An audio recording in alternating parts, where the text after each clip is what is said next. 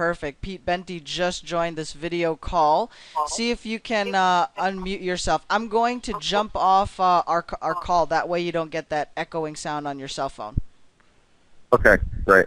Sweet. Sounds good. Perfect. Thanks for being patient, especially for those that are logged in on the session. Sorry, guys. Total brain fart today. It is Tuesday. A million things are coming at me. But thanks for bearing with us. I still see everybody that's on the session wondering, who the heck is Gil talking to? We got Pete Benty out of the New Jersey market, local wholesaler, and part of our ongoing series here that we just launched on featuring local wholesalers, credit repair specialists, vendors, people that are active in various real estate markets. They don't have to focus on traditional wholesaling. It could be just in the real estate space, local entrepreneurs that can help you grow your business or give you guys, especially for those that are doing deals virtually or want to get started in real estate, and are looking for accountability partners, joint venture partners in other markets that they can do deals with. Pete quickly raised his hand and was like, hey, would love to hop on the session here, and talk a little bit about my business. And let's see. So he's joined us here on the Hangout. Pete, if you can unmute yourself there on your end so we can get a mic test, and hopefully, fingers crossed, everybody can hear you. I think I can hear the mic. Oh, there we go. Okay, so you got the mic unmuted. Go ahead and do a mic test. Testing, testing. All right. I just heard that, so I'm pretty excited and stoked. Excellent. Looks like Steve and the rest of the gang there can hear you. So let me bring you guys all up to speed on what we just had there. It was not so bad. It was like a 5-8 minute conversation. But just a quick recap. Pete's based out of the New Jersey market. Currently a part-time wholesaler there in his areas. He's looking at a couple surrounding counties that he's interested in doing deals. Now at the moment he's focused, he's actively doing wholesaling, done a couple of deals this year already, but is open to other strategies that might come his way, right? Since he's doing some marketing for deals. He does have some time to, talk with other homeowners or process other leads in a different strategy if there's another investor out there who has something in his particular target area. He's also he goes to law school at night, and by day is working with a commercial leasing company. So Pete, did I get that snapshot right there? Right, except I haven't done a couple of deals this year alone. Over the last about year and a half, I've done a few deals. Nice, nice. Okay, so we're looking at about a year and a half in the real estate space so far. How'd you even get started in real estate? What got you to into the real estate space in the first place? I think it's been so long I almost don't remember, but I think probably after reading Rich Dad Poor Dad, like a lot of other people say, and I'm attracted to the passive cash flow aspect of it. Okay. Now your first deal was a rental property. It was probably one of the biggest, like you mentioned, lessons that you learned. Might not have been the most simplest of deals to structure and put together, but that's how you did get started. How do you find your first deal? What type of marketing did you do? Because that's always a common question we get asked. Your first deal, how do you even bring that in, and how do you what kind how do you find it or market for it? Well, that deal, it's kind of funny. My mom knew that I was interested in, real estate investing, and she's a school teacher. She overheard someone at work telling her that there's this company. It was actually out of state in upstate New York in Rochester, and they had these, great cash flowing deals for investors and all that kind of thing. So I looked into the company, and one thing led to another. I think the sale, and I found a house that I was interested in. The sale price of the house was like, I might not remember all the numbers exactly, but it was around 50,000, and they said it was occupied with a tenant that was paying $800 a month, and so they allowed me to put $10,000 down, and the seller was holding the financing, and so I did it, and the first month was great. I got the rent. and it was cash flowing pretty good. And then the tenant stopped paying rent, and the I lost my insurance because I bought the house without ever seeing it. I lost my insurance because the roof wasn't in good enough condition, and then over the course of months, I found out that my property management company wasn't paying the taxes like they said they were. So it was a bunch of things going wrong. The property management company turned out to be they were acting fraudulently, and a ton of investors were having problems with them. And I think the guy who ran the company actually, I don't know if he went to jail, but he lost his license. And it was a bunch of different hassles over the course of I think 2 years until I finally sold the property and was done with it. But yeah, so back to your original question, that's how that was my first deal. It's kind of unconventional. I just found out about this company that had these properties available. Nice. Okay, interesting. So deal starts to spiral out of control, right? Now instead of freaking out or just walking out on the deal, never taking a look at it again, and just let whoever take the property, you took it upon yourself to hunker down. What's going on with the deal, take over the property instead of relying on the property management company, who at that point seemed to be on their way out anyway. And you took matters into your own hands, sold it, and got rid of that property, right? Did you end up selling it to somebody locally, a landlord at a RIA club? How do you get rid of this problem or this thorn in your side? Well, I didn't realize it at the time, but I think I sold it to a wholesaler. Mm-hmm. What happened was, the original seller was holding. I owed them money. I owed them, I think, $300 or $400 every month, and there was a balloon payment for a couple thousand that was eventually going to become due. So what I did was I renegotiated with them, and I said, I think I threatened them a little bit and said, you sold me this house under false terms and all that kind of thing. Yeah. Okay. The property inspection report said that the roof was in good condition, and it's not. So I eventually worked out a deal with them to pay them back much less than I owed them. So I sold the deal to a wholesaler, and I paid the original seller the money back that I owed them. And so that was that. Nice. Now, when you got started with this deal, so you owned the property, you were renting it out, you were a first-time landlord. This was the very first deal you worked on. When did you start, or when did wholesaling or that whole process, you're like, well, why don't I just focus on wholesaling instead of jumping into the deep end of the pool and become like a full-time landlord? Why wholesaling? I guess the biggest reason is I don't have the money to keep just buying buying houses outright, and so I don't remember how I originally found the model of just wholesaling with the $10 option consideration. I don't remember where I first came across that, but. Got it. Okay. But these days, so focus more on traditional wholesaling. Now, with the homeowners that you're dealing with in that area, those that are in financial distress or motivated sellers, what type of turnaround time are you offering these homeowners in terms of closing a deal? Are you 30 days or less, 2 weeks, 60, 90 days? What's the type of time frame that your homeowners are looking for and that you're offering there in your area? I think 45 days. So you're looking at 45 days, and you guys would take care of all of the closing costs as well and the expenses, or is it split with the seller? We would take care of the closing costs and expenses.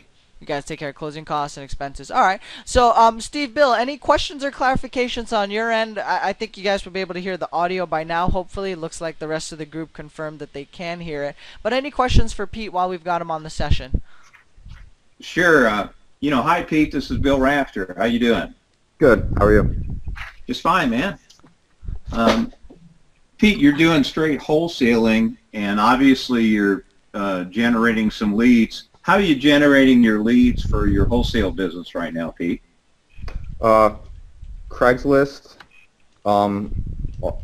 When I kind of put my seller marketing on hold a little bit because I'm trying to rebuild my business, and the first thing I want to do is build a strong list of tenant buyers.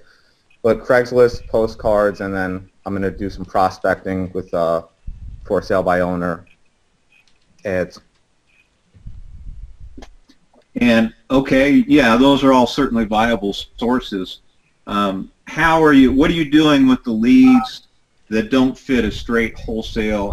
I'm assuming you're doing a traditional wholesale strategy where you're looking for a seller that has large equity or owns it free and clear. However, as you know from your marketing, most of the sellers are not going to be in that situation. Most of them are going to have smaller equities or no equity at all. So what do you do with the leads that don't fit your traditional wholesale?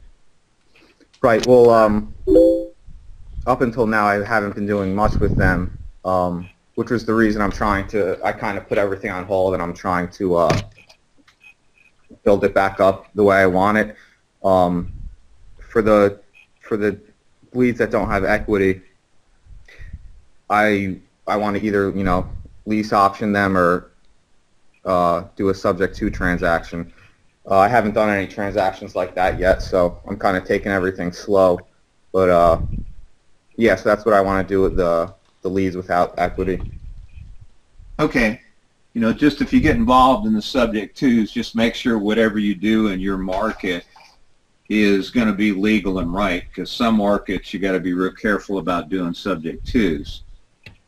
As far as the ones with no equity, typically what we do is we do a wholesale lease option strategy on those, where we tie them up and put a tenant buyer in there and then assign it to the tenant buyer and collect an option fee.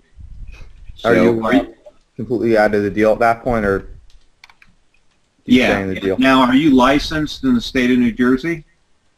No. Okay. How are you doing commercial leasing then? Don't you have to be licensed to do that? No, I'm not a leasing agent. I'm just a property manager.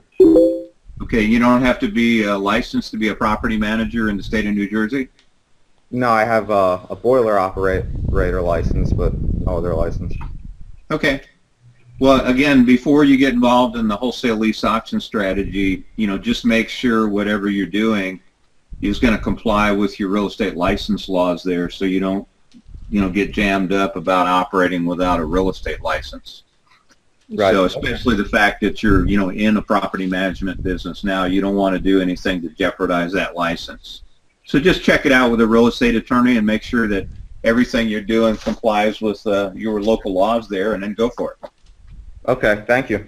You bet. Hey, Pete, Sayaka does deals in the New York market. So she's asking, are you doing deals in New Jersey or New York? Is it just the New Jersey market? How close are you to New York? Because she does deals virtually in that area, and she's always on the lookout for good boots on the ground or somebody that she can coordinate with. I'm in Edison. It's about 50 miles from Manhattan.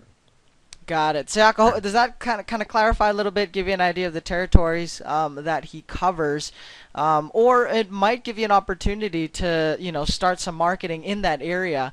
I know you do deals virtually in New York. You do them while you're in Japan, still flipping properties in New York. And just recently we exchanged a couple emails on a couple markets that you can go into. Pete, what's the best way for people to reach you right now, especially if they have a motivated seller on their hands? Is it going to be cell phone, email? Is there a dedicated phone number that you can provide for any investor that wants to do business with you, has a referral, or if they're looking to partner with somebody in that area? How can they reach you? Email or cell phone is great. Okay, perfect. If you can text me right now so I can type that into the chat line, blast it out to the group. Just provide good contact numbers, phone and email, so that we can send those out to anybody who is interested and post it in the forum. Right now, Pete, one of our members here is asking, why real estate and why not any other niche or industry? Is there something specific about real estate that that you like? Why not go into a different industry altogether? Well, I think what I like about real estate is, there's a ton of room for growth in terms of, making as much money as, not as much money as you want, but you could scale it to the point where you're making, a nice income. And you could also, what I've heard from a lot of other investors is you could automate a lot of this stuff, so you're not working, you could be a little bit hands-off once you get rolling. Okay. So definitely like the scaling side and being able to automate the business. What's the funkiest seller that you had come across, or the silliest, craziest scenario you've come across marketing and dealing with the homeowners in your local area? Well, a couple weeks ago, I got into like an argument with the seller on the phone, and they called me and they were kind of trying to act like all confused. Okay.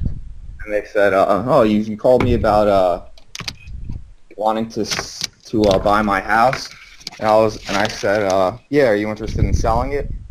And then they said, "No, the house isn't for sale." So I said, "Oh,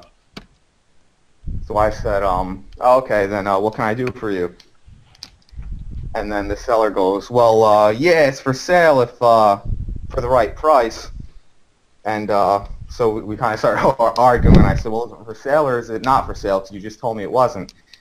And then we started yelling at each other back and forth, which probably wasn't the smartest thing to do. But Pete, what are you doing, yelling at your sellers?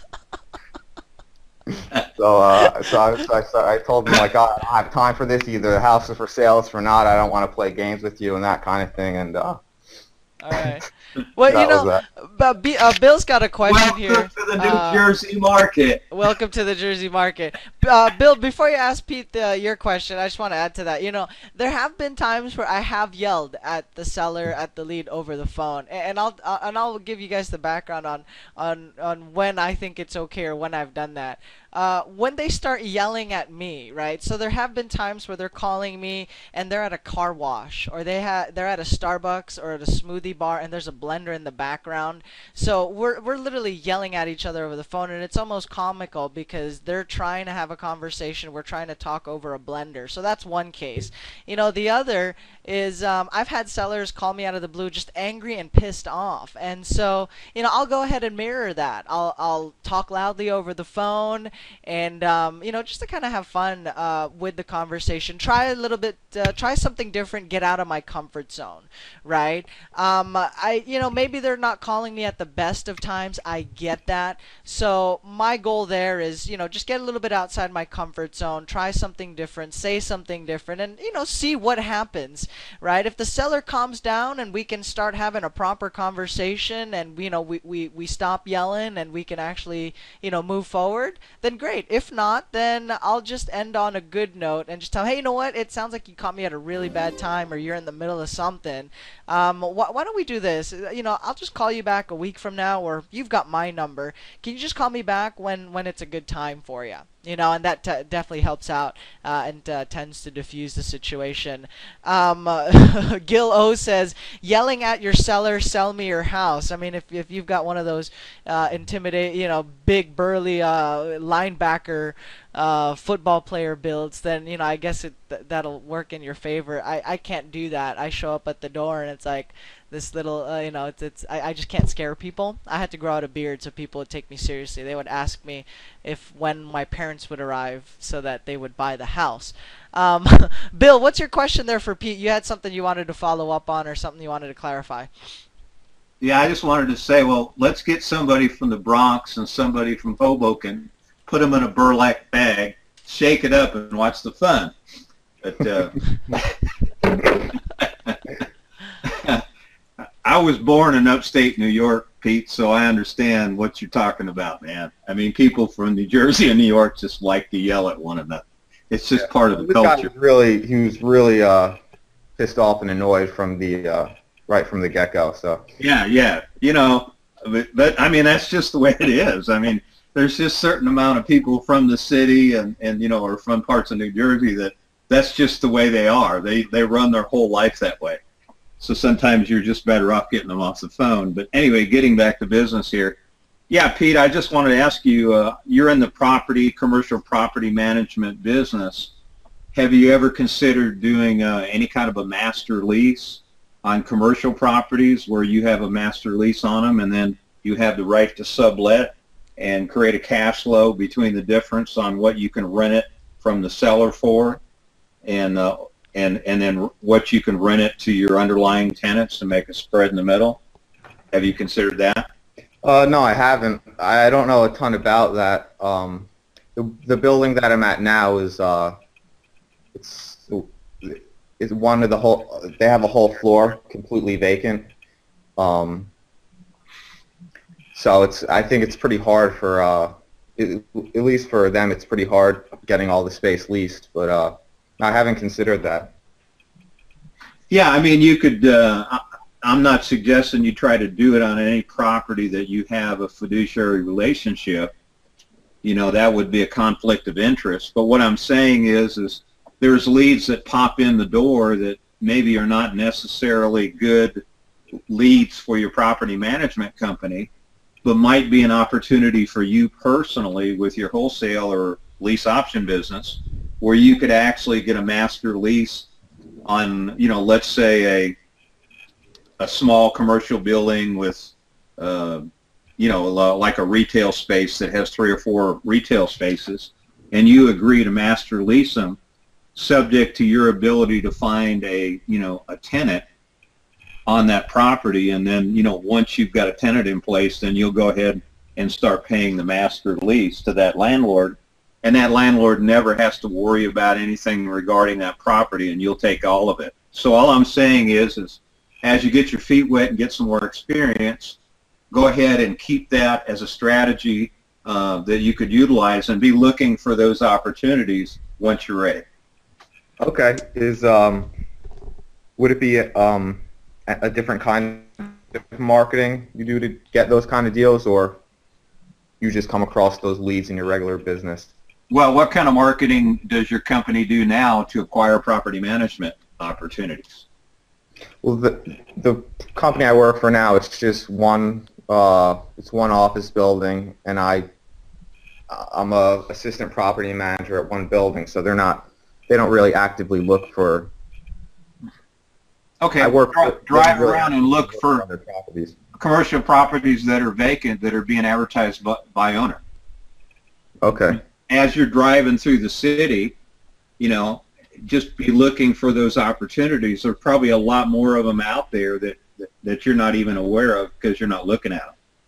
Right. It's just, like looking for red cars. If you decide you're going to count red cars today on the highway, you're going to find, thousands of them when you didn't even see one the other day because you weren't thinking about it. So when you're driving through, traveling here and there and everywhere, start looking for lease signs on commercial properties, or be looking for vacancies on commercial properties, that you can take advantage of. You'll accomplish 2 things. Number one, could be an opportunity for you personally, but it also could be an opportunity for your property management company to take on additional property management opportunities, which, you could get paid for bringing those leads in. So there's 2 opportunities for you, one way or the other, either through property management or perhaps a master lease or a sandwich lease that you could create yourself on a commercial property.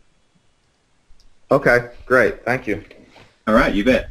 Nice, nice. So, Pete, we also like to fire off a couple of questions, kind of get to know you, a little bit outside of the business, maybe how you got started a little bit. So we've got some questions lined up here for you. Steve, do you get those questions ready to go?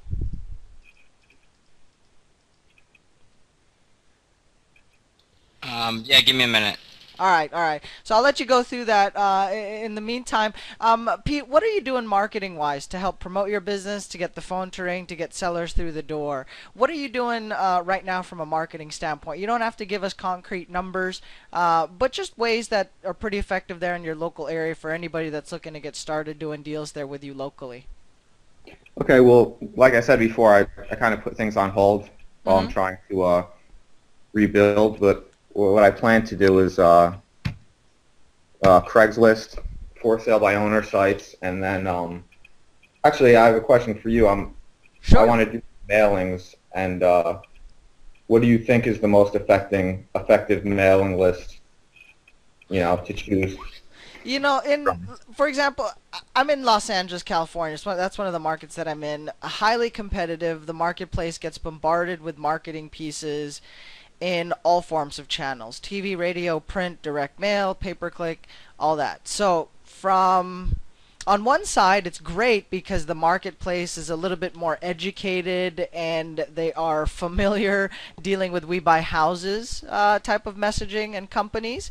And there's like an overlap, right? Where if I send a letter this month, we'll get calls from people claiming, yeah, we've been getting your letters every month, and we're now ready to sell. So there's that benefit to it. On the challenging side, right, on the flip side, we have to do tons of direct mail. And if you're in a coastal market or in California, I tell people, look, if you're not going to do 20, 30,000 units of direct mail, then you'll really have to be smart about the marketing that you do launch, and you almost have to niche down or come at it with a laser-like focus. So 500 to 1,000 letters on an out-of-state absentee list, that is going to be a long road to your first deal, or it can be, just because it's like stopping a freight train with a BB gun. If you are looking to have a laser, targeted focus on your marketing, I would target niches like the list that Lance and Terry have at US Leads List. They have a very unique list, and they only offer it to maybe one or two investors in a certain territory. Contact Lance or Terry. Let them know Bill sent you over to their group. We send them a ton of referrals, from Gil's marketing mastermind group, and hopefully that'll get you a little bit extra love. They tend to take care of our referrals real nicely, real well. So that's one way to do it, right? Niche down or go with a highly specialized type of list. There's a guy by the name of Probate Fox. I don't know if he offers something in your area or your territory, but that's another good pipeline that I would recommend or take a look at. We have somebody in our weekly networking group that is also in the legal field or industry. And I know you're taking classes for that right now at night.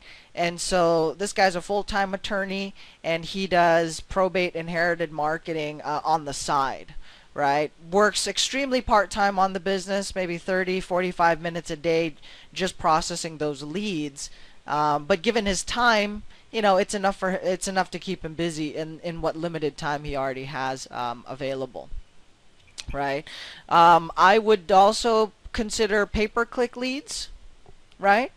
Or putting out YouTube videos.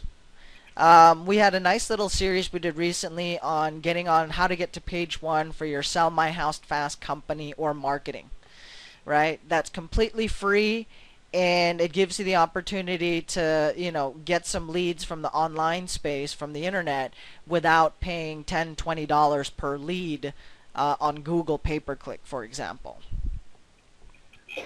Gil, two quick questions. Do you have any experience with a notice of default list or expired listing? Notice of defaults, we're not doing anything with notice of defaults, not actively on our side. I think there was a time when Bill, a high volume of his marketing was dealing with notice of defaults. I'm not sure if that's going to complement your current strategy or it might end up pulling you in another direction.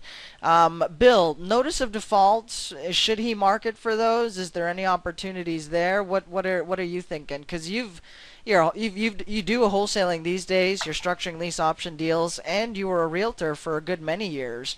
Notice of defaults for Pete and at his stage in the business. Well, Pete, are you planning on doing short sales and stuff like that as part of your business? No, one of the on one of the Facebook forums about subject to investing, some of the guys over there were saying they were having success with that list, so I was just curious about it.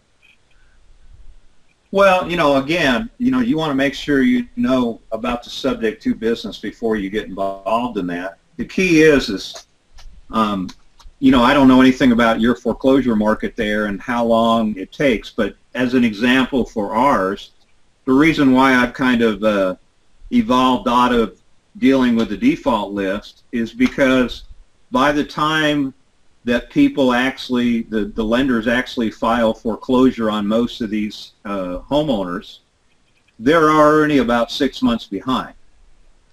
And so, by the time you add up all the back payments and interest and legal fees and foreclosure fees, it's not unusual for these people to owe somewhere around $10,000 or more.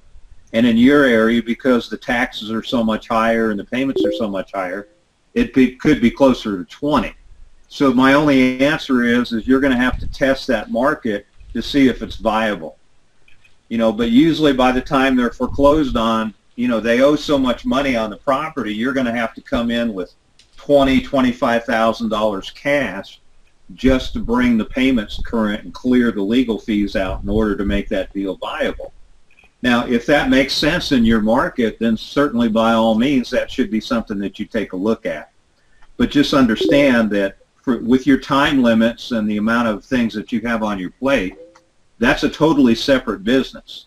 So if you're going to do marketing in that realm, then you'll probably be better served to take those leads and sell them off to somebody that does short sales or does subject twos in your area and collect a fee up front for the referral and then move on.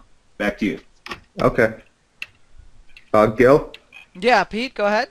do you have any recommendations for the PPC in terms of getting a landing page set up? Landing page setup. A couple of I can send you some links to the landing pages that that I use. Another pretty cool way, right? Because when it comes to online marketing, it's a lot of factors come into play, especially in the territory that you're in. So a good way to find out what is working or what people are doing, simply go on google.com and type in "sell my house fast," "offer in 24 hours," "we buy ugly houses fast cash." Type in the keywords that a motivated seller or a homeowner who's looking to sell their fast would type in, right? And that'll help you get into the mind, or put yourselves in the shoes of your target market and your audience. And then there's going to be paid ads that pop up on google.com. They're going to be on the upper left hand side and on the right hand side. Okay, and I would click and take a look at least 5 of them, 5 to 10 of those. All right, and I would take a look at the landing pages and the squeeze pages that these guys are using.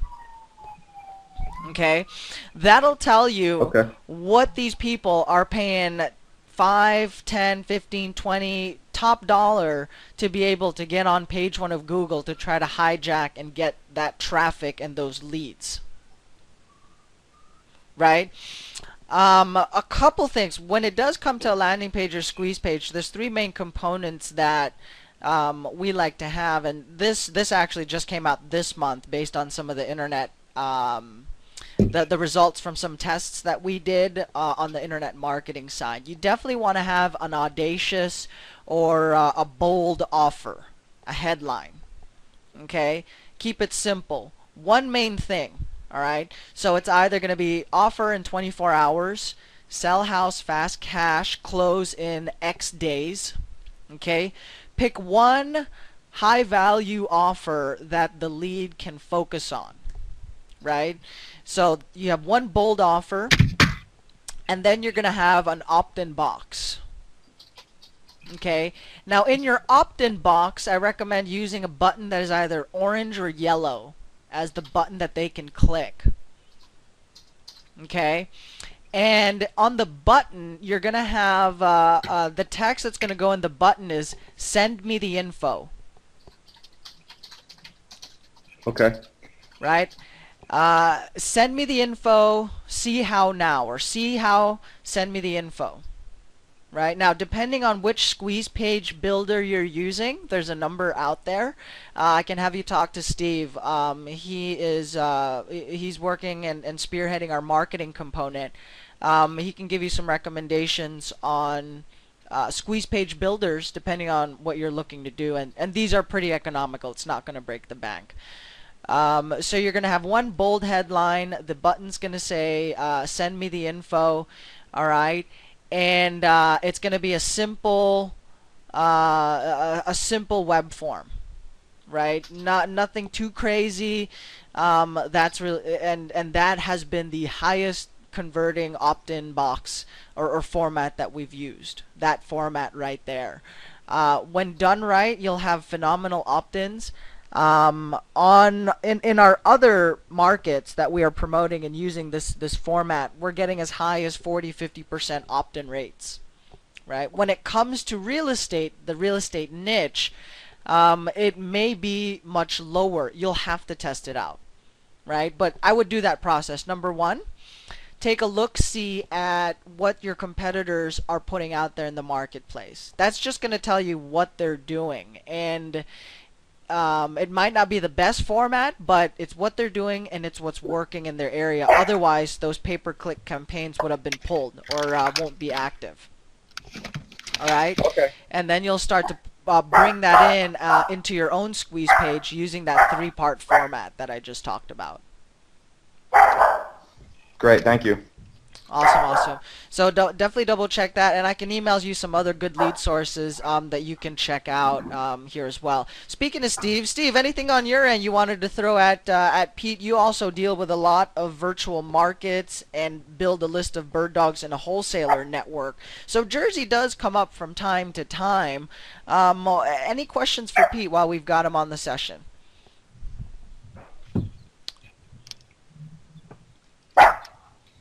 You'll have to unmute yourself, by the way, Steve. Just a heads up.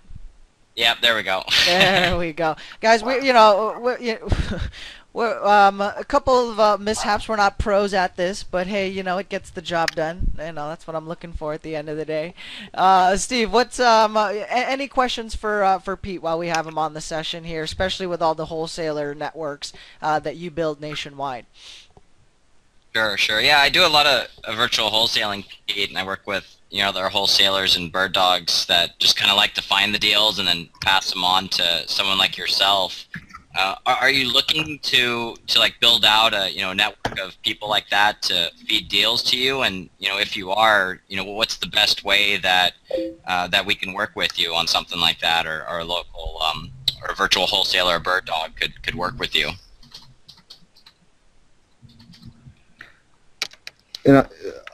I'm a little bit confused on the question. In my market or in? Yeah, in your market. Like for instance, I sit here in Los Angeles, and I call into Midwest markets and East Coast markets.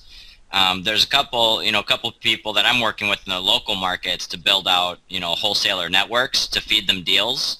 Is that something that you're looking for? Are you looking for people to screen calls or to lock up contracts and send them to you? And if so, what's the best way for them to work with you? I mean, to be honest, it's not something I thought about yet, but I mean, it sounds interesting. I would definitely be interested in it. It's not something I've put any thought into as of right now.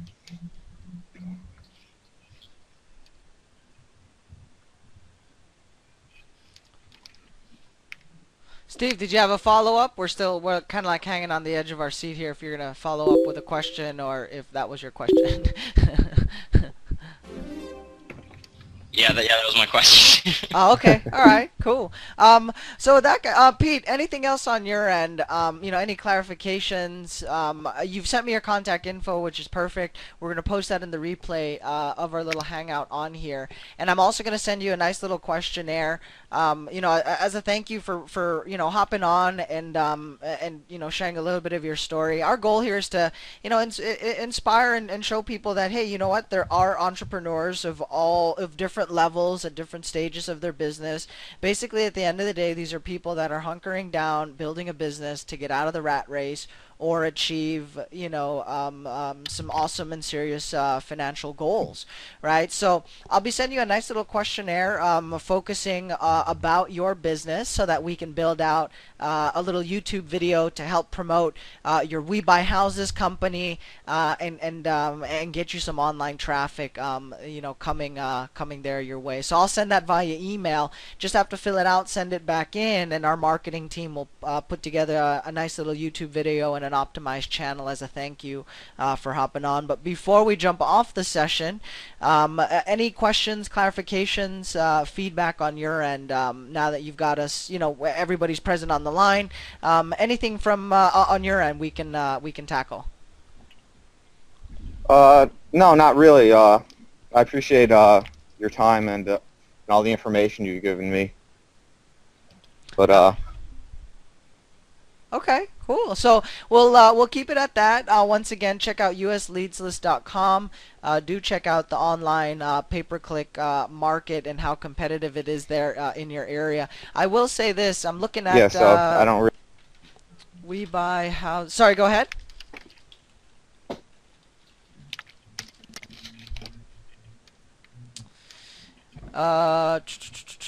New Jersey. Jersey looks like it's got an active online market. Taking a look at it, Scotty Buys Houses. You might want to also start taking a look at Google Places. That is another way you can get your company onto the page, onto page 1 of Google and start getting leads from there. So check that out, because there are investors that are pretty savvy, it looks like, and they are doing it. So these guys are probably bringing in leads online as well, and you can definitely get a piece of that traffic and convert some of those leads.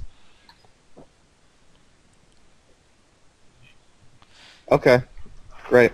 Awesome. So look out for that email, Pete. I'm going to put you on mute here. If anything pops up, go ahead and holler. I'll check back here with the group. If there's any questions, feedback, clarifications on your end, go ahead and type it into the Google Hangout chat. It should be on the sidebar there on the right-hand side. If you guys have any urgent questions, we'll go ahead and tackle and go through it. We are posting the replay. Well, once again, guys, if you haven't already, let me take you to the YouTube channel here. On our Google Hangouts format, it does something pretty cool where right after the session, it uploads the replay instantaneously. Okay, so if you are watching, or if you missed the live session, okay, you can definitely check out the replay immediately on YouTube, and I'll walk you guys through that here step by step. They're all uploaded into one of our YouTube channels, and this is definitely where you guys can check out the daily live webinar replays. Okay, so if you do subscribe to the channel, you will get notifications when a video goes live. Now, these are the raw videos. They are unedited, and it's the original entire session uncut. Okay, we do have replays where we post them and start to break down the videos a little bit in step by step, or we'll focus on just the Q&A session. Okay, but you can access the replays immediately once we close out these sessions on our Hangouts. All right, so you can go ahead and check them out on here. Now, the notes are always going to be posted on learntoinvestforfree.com. All the step-by-step, any resources, websites, tools, or swipe files will be placed in the form of a blog post on learntoinvestforfree.com, so you can also check it out there. Okay, last but not the least, with regards to our training, or at least our online internet marketing training, some of you guys have emailed saying, hey, we've gone through the image training, we've done a YouTube channel, and now that they've they've completed their YouTube channels, we talked about having to have a website. Alright, now that is a critical component if you want your company to be featured and found on the internet. In this day and age, guys, 98% of the population is on social media. And so if your company is not on there, the marketplace will start to think, does this company even exist? All right, so you will need to have a website to promote your company online. Okay, now we've put together a nice little series where you can follow along step by step on how to build and put together your own website. Okay, so that's in a separate playlist on this particular YouTube channel as well, but it does walk you through how to buy a domain name, how to buy a web hosting account, how to connect your web hosting account, how to install WordPress, all that good stuff. Okay, so that video series is available, and you guys can follow along and build out your particular websites. I'll talk more on what portions, what to do with your websites to make sure that Google can find your We Buy Houses company. Now, if you are in credit repair, if you are a mortgage broker or lender, or you're a rehabber, you're a plumber in the real estate niche, the same would still apply. Okay, these are online strategies to get your company found and featured. Majority of our group are investors and wholesalers and new bird dogs. All right, so that's why we always focus on a We Buy Houses type of campaign or message. But you can easily change that into, best credit repair company, and modify the marketing so that it can apply to your credit repair company if that's what you specialize in and focus on. Okay, so with that, guys, I'll see you guys tomorrow. We will be talking and featuring more wholesalers, investors, professionals in a number of different markets. This is part of our efforts to help them get found online, help feature them, and we do get a high volume of people that are looking for accountability partners or joint venture partners. Some of them have marketing budgets and they need somebody who can actively work leads that they purchase or market. Some people are looking for private money funding.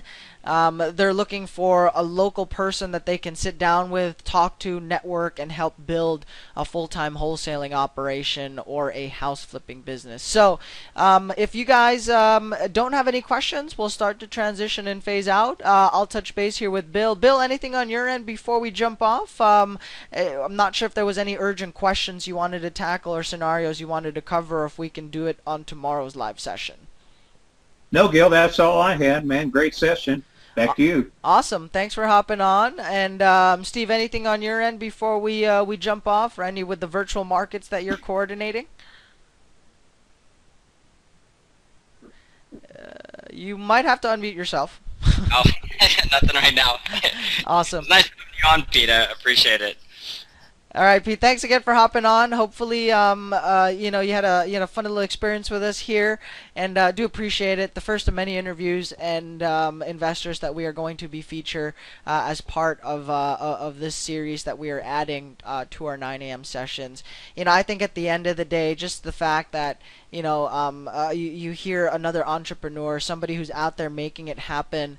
And the variations in the story, our goal is to share their stories, get them found, and to inspire those of you that have been sitting there on the sidelines waiting to take action. Hopefully they'll say something, share a nice piece of golden nugget that'll get you going to exit the rat race. We will see. Some of you guys are part of our noon sessions, following along on the internet marketing training. I'll see you guys on the noon sessions.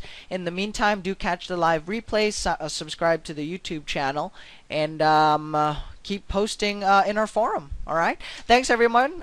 This is Gil, Steve, Bill, and Pete signing off. Have a fantastic day, everybody. Bye-bye.